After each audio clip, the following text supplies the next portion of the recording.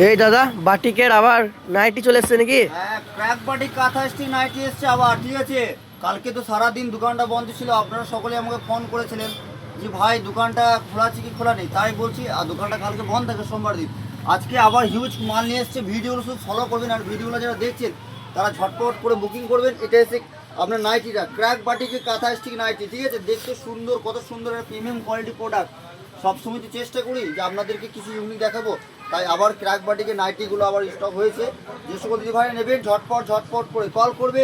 আমি আপনাদের ভাই রাকেশ বুটিক সবসময় ইউনিক কিছু কালেকশন দেখাবো। আজকে সারাদিন যেই মালগুলো নতুন এসছে সেইগুলো ভিডিও বানাবো।